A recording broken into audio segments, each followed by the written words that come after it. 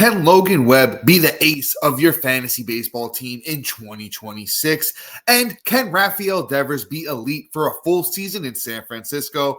We're talking those names and more as I cover the Giants on today's action-packed episode of Locked On Fantasy Baseball.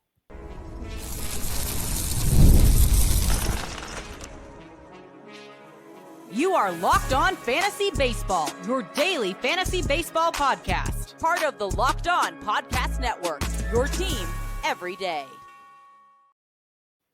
Hello, fantasy baseball fanatics, and welcome to the Locked On Fantasy Baseball Podcast, brought to you by the Locked On Podcast Network, your team every day. As always, we're your number one source of fantasy baseball knowledge, and thank you for making us your first listen each and every day. I'm your host, Dominic Martino, riding solo today, as you can see if you're watching on YouTube. And if you are watching on YouTube and you haven't already, hit that little bell below. It's going to subscribe you to the channel and give you notification every time we drop a new episode. Or if you're listening on the audio side of things, once again, please make sure you subscribe. And if you're listening on a platform like Apple or Spotify that allows 5-star ratings and reviews, we would truly appreciate it if you do that for us as well. And today's episode is brought to you by FanDuel. Right now, new customers can bet just $5. And if your bet wins, you'll get $300 in bonus bets to use across the app. Download the app today.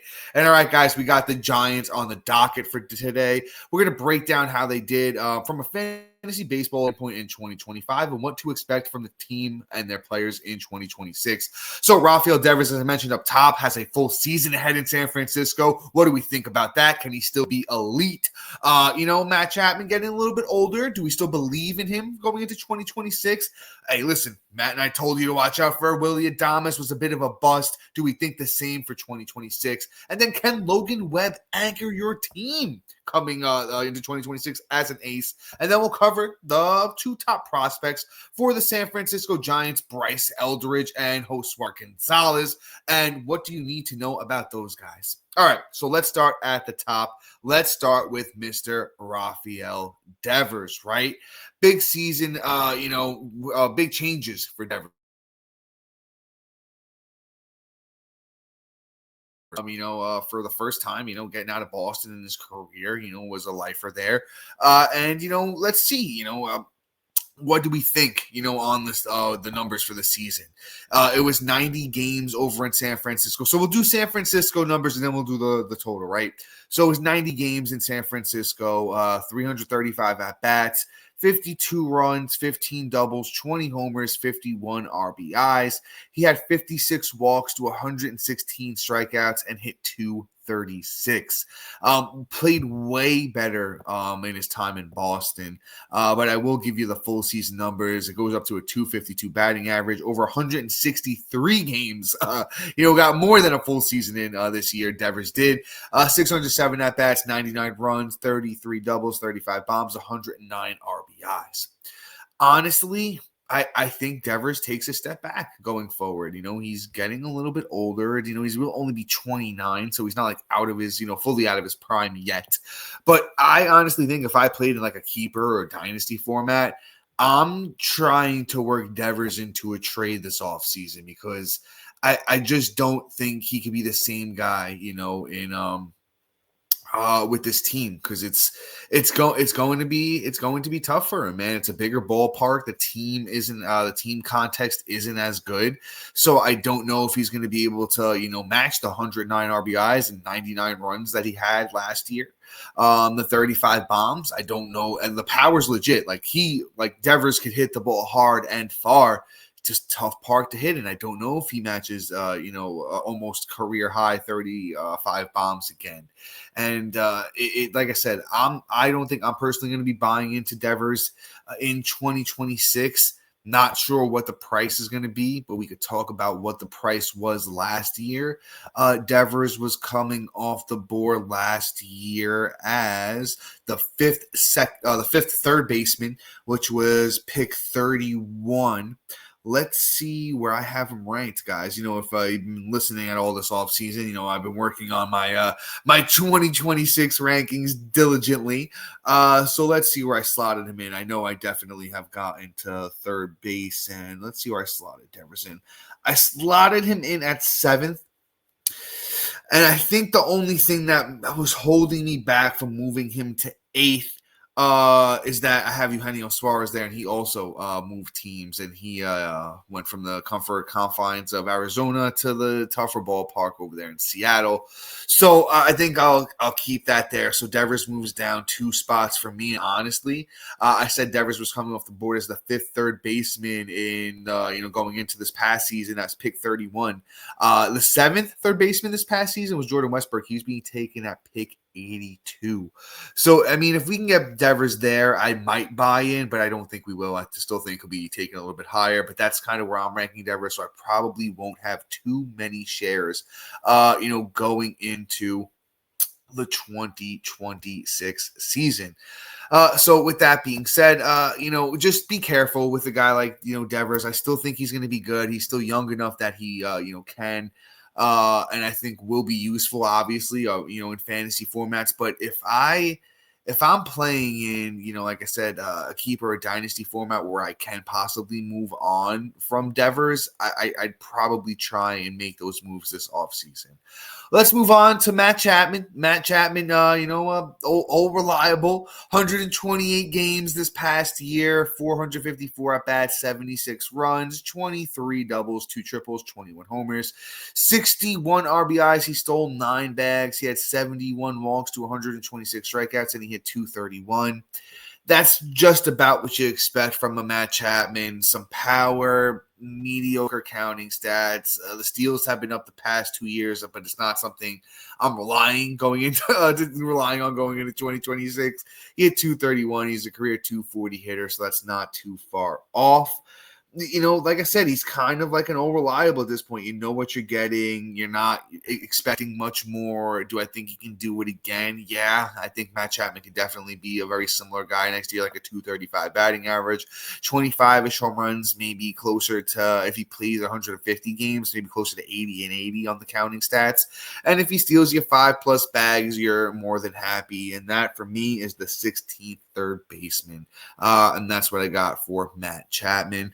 You really don't got to talk about him too much more, just because, you really understand what you're going to get. It's more of a deeper league play. I'm not doing the Matt Chapman thing in 8 or 10s or 8-man or 10-man leagues.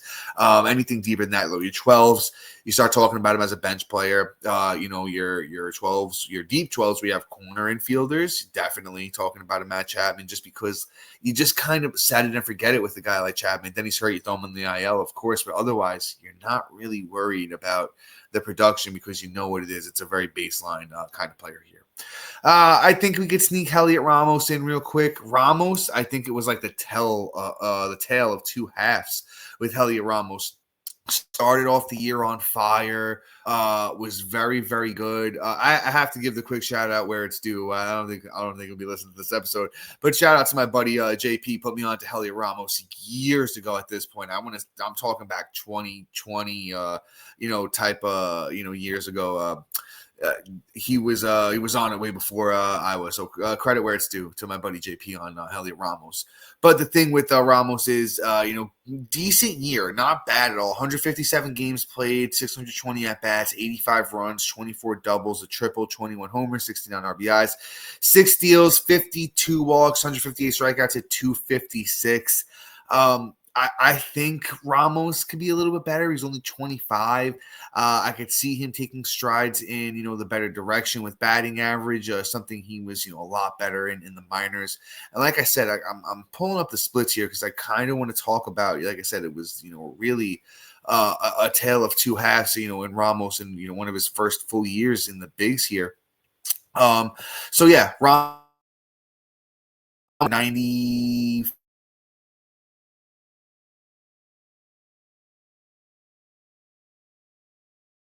5 games in the first half with a 262 batting average, 30 20 walks, so less games, less walks, less games, a lot less walks, and way worse batting average, 248. You kind of would have expected better here, for Ramos to finish the year. He was just very mediocre, so only stole 1 base over that time.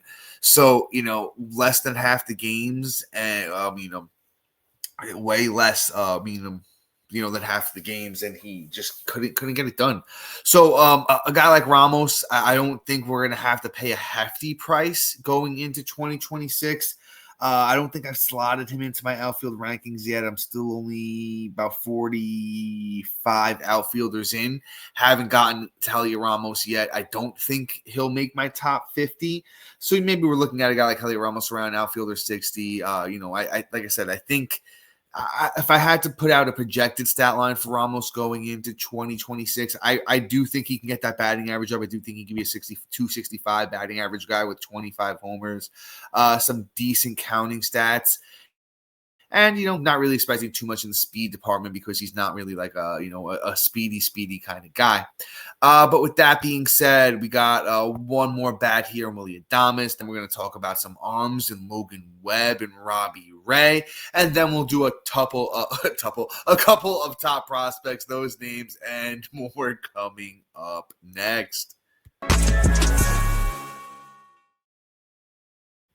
And all right, guys, I need to talk to you about my friends over at Rougiette.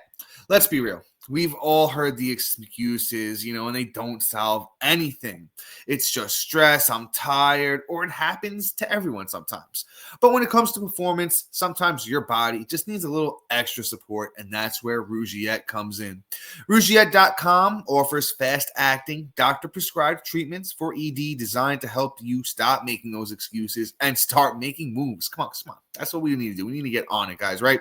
Rougiette makes it, easy to get started. You just connect with a board-certified doctor, 100% online, no awkward waiting rooms, no in-person appointments. Rougiette makes it, real easy, like I said. If prescribed, your treatment ships, your shipment comes through real easily, bear with me here. I got a little, my computer's acting up on me here. Once again, if prescribed, your shipment ships right to your door real easily. The process is fast, simple, and private. It's all handled by real doctors. And it's about confidence, connection, and getting those moments that matter back. Visit the website, and that's going to be rugiet.com/lockedonmlb to get 15% off your first order. And once again, that is rugiet.com/lockedonmlb. And don't forget to use our code lockedonmlb so they know that we sent you. Rougiette, stop making excuses and start making moves.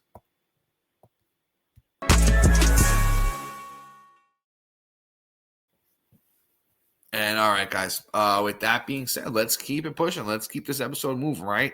Let's talk about Willy Adames. And I'll tell you this.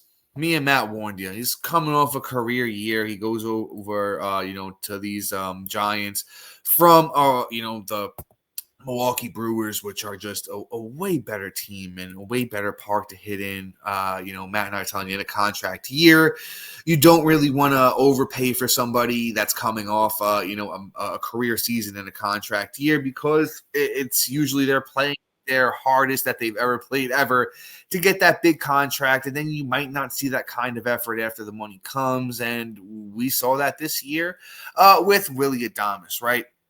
Adames played 160 games. He had 591 at-bats, 94 runs, 22 doubles, 2 triples, 30 homers, 7 RBIs, 12 steals, 80 walks, 279 strikeouts, and he hit .225. So not a complete and total bust in the sense of he wasn't useful for fantasy. It was just he was a bust in comparison to where he was going in drafts and what he did last year. I know the home runs, RBIs were still nice. Steals were okay, but the RBIs were down almost 30, down a couple of home runs, down 9 steals, down a lot in batting average, went from 251 to 225. So, I'm kind of expecting a similar type of year next year for Adames. Maybe 30-ish home runs. The counting stats really depends on how good this team is. I don't know if Adames, let's check the sprint speed. We'll talk a little bit about the underlying stuff here too as I pull up Willie Adames's underlying stats here, because if I remember correctly, it's not like he's super fast either. It's just that, with steals is kind of more of a will thing. 65th percentile, so it's not like he's too slow. So with Adames here, and even a lot of the underlying stuff doesn't look great for the power. So I don't know if I'm buying in, even to 30 home runs again next year. And if the batting average stays around 225, wouldn't be shocked. He's a career 244 guy, but, in his first 4 years, he hit 278, 254, 259, 262. The last 4 years for Adames, 238, 217, 251, 225. I would trust the trend and just, predict that Adames's batting average stays on the lower end of the 244, probably closer to a 230, if anything. And when you're talking about shortstops, Adames came off the board in 2025 drafts as the 10th shortstop, which, like I said, still think was too high. If you waited 2 more shortstops, Bo Bichette went right after that, and Nico Horner went after. Just a lot of good names that you could have waited on and made some more money. Adames, honestly, he should be in here somewhere, but shortstop is so deep that I want to say he's probably around the 15th or 16th shortstop for me going into 2026, which probably means I won't have him in many leagues. So I would say you guys should do as I do and just leave him for somebody else, because I just don't think what you're going to have to pay for him is going to be worth the kind of production he's going to put up. But let's keep going here. Let's talk about Logan Webb. And this one, I have to admit, I was a bit wrong on. I have never really been a Logan Webb guy throughout, my fantasy baseball career, or, since Logan Webb's been playing, because I've been playing fantasy baseball through Logan Webb's whole career here. Just never been somebody that I've been super high on, but he took that next step this season that I didn't think he could. If you look at Logan Webb's 2024 season and prior, he was never able to get it over that K per 9. He always had the stuff to do it. Don't get me wrong. I've watched Logan Webb strike out, double-digit Yankees, I think, multiple times at this point in his career. So I always knew he had the stuff to do it. It's just that I didn't think he was ever going to pitch that way, where he leaned more strikeout heavy. He did it in 2025, man. He 3.22 ERA across 34 starts, 207 innings pitched, 224 strikeouts, and he had a 1.23 whip.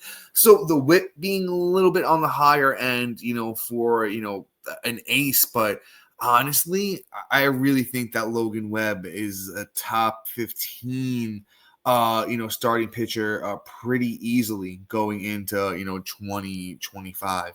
Like I said, the only area I think that he's going to give you a hard time in is the whip, and he's a career 119 whip. The whip's been worse over the past 2 seasons, particularly though. But if he could even get you down to that 118, 119 region, that's going to be a lot better, than we've seen of late. I honestly would take Logan Webb over George Kirby. Seeing Kirby wasn't, as good as he could have been this past season.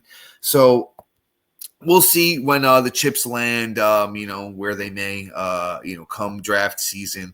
But right now, man, I'm pretty high on Logan Webb. He's got the stuff to, be an elite starting pitcher. He's still young enough. I believe in the changes that he's made in the past couple of years. It's just that, can he take that step forward in the whip department? I think it's possible, and then even the underlying stuff, he believes in what he's doing, gets a lot of ground balls, gets a lot of chases, doesn't really walk too many guys, gets good movement on his pitches. The only thing, though, I will say this, actually, if we dive a little bit deeper here, the pitches are getting hit pretty good. I mean, the sinker, the pitch that he leads with 33% of the time, 295 batting average against.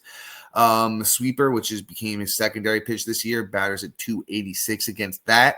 It was really his changeup and his four seam, which, helped him make his money, because even his cutter got hit really bad. So, might have been a little bit more smoke and mirrors than I originally thought here with Logan Webb. Listen, as I do these breakdowns, I'm diving into these stats a little bit more and, kind of learning together a little bit here. Maybe I move Logan Webb closer to 20 than 15, but I still think the gains in the strikeout department are real because how good his stuff actually is, even though the batting average against might not have been great against some of these pitches. He was still putting guys away with it at, a good rate, getting those strikeouts. So, listen, Logan Webb might not be your ace. You might not want to grab him 1, but if you grab him as your 2, I'm completely fine, and totally happy with that. Before we move on, we talk Robbie Ray, and then we get into the prospects here with Bryce Eldridge and Josuar Gonzalez. Those names coming up next.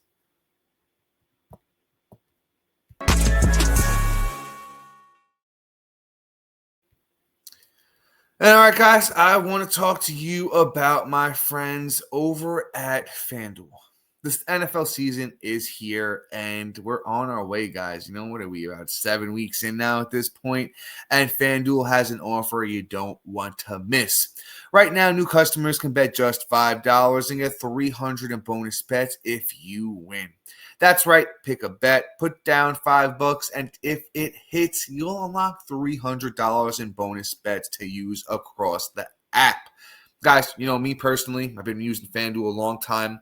I love how FanDuel gives me so many ways to play. I've built parlays, tried player props, and even followed the live lines during the games. And for me personally, and I think it will do the same to you guys, it makes watching football even more exciting when you got a little something riding on the action. Whether you're a casual fan or love diving into the stats, FanDuel makes the game day experience so much better. So what are you waiting for? Visit FanDuel.com to download the FanDuel app today and get started.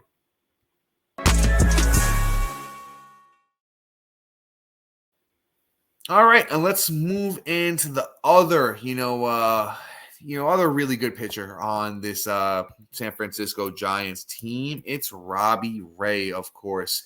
And Robbie Ray was kind of showing us in the offseason, man. Hey, listen, I've been working on some things. I've been even in his older age. He's still a student of the game, just trying to get better, and understand what's going to work for him. And he did it. And if you paid attention, I know he was somebody I was constantly moving up my rankings in spring training. I think Matt was as well. And you drafted him. It paid off. 32 starts this year from Robbie Ray, a 3.65 ERA. 182 innings pitched, 186 strikeouts, and a 1.21 whip. And honestly, you were able to get Robbie Ray as one of the last few pitchers in your rotation. So that is really good made money, going into last season. As far as 2026 goes, I've ranked about 51 starting pitchers, and I've got Robbie Ray in there. I don't like it, but I have him in there at 38. I don't like that ranking. I think it's going to come down a decent amount. But I'll tell you guys this. Starting pitching is going the other way. I'm not going to do a whole starting pitcher thing here, but I'll do a small little rant about it. If you're listening, obviously, a fantasy baseball fan, going into 2026, starting pitcher is not going to be as good. It's not going to be as good as it was coming into this past season. I know we're getting some guys back from injury, like the Garrett Coles and, stuff like that, man. But we saw a lot of underperformance this year. And, I think we saw the resurgence of the bat come back. So I think a guy like Robbie Ray is going to be way more valuable than where we may have anticipated, coming into this season. I think when everyone sits down, we start doing rankings, we start mocking and stuff like that, we might turn around and be like, ooh, starting pitcher is just not looking, as good as we thought.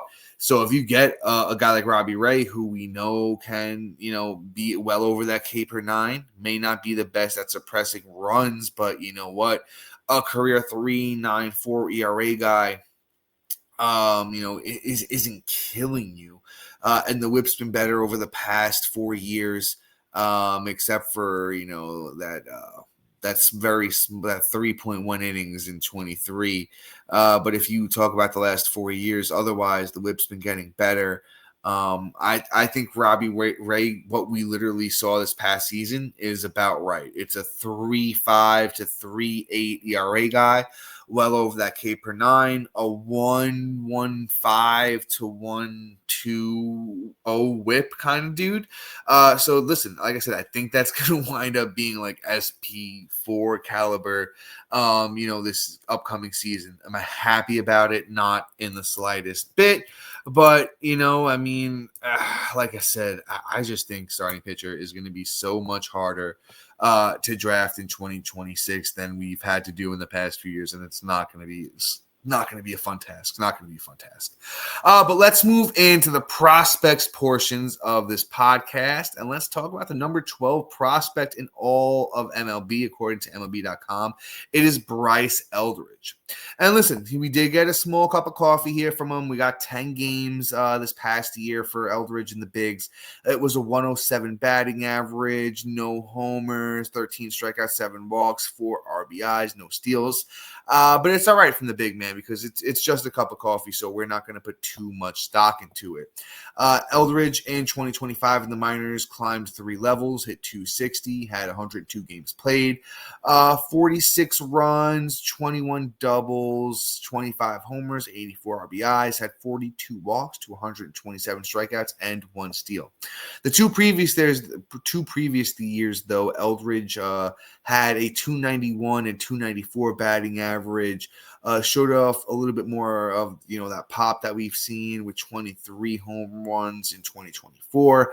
So, Eldridge specifically is, a little bit more of a power guy at 6'7", 240, 70 grade power on the 2080 grade prospect scale. So really light tower power, kind of that big Aaron Judge build, 6'7", 240, as I mentioned. I honestly think Brycey can be more of, I don't want to say Adam Dunn, but I think Eldridge could be like a 35, almost 40 home run, 270 kind of, maybe like an Austin Riley almost. Maybe like think of an Austin Riley kind of bat where it's pretty solid batting average, really good power. Counting stats are going to be as good as this Giants team will be when he gets up, and you're not really expecting much speed. So I think that's the kind of profile that we're going to be looking at with a Bryce Eldridge here. So you know what, man? I'm high on him. I think if he gets the nod to start the year with this Giants team, which I was looking at, the depth chart earlier. I'm going to pull it up again here.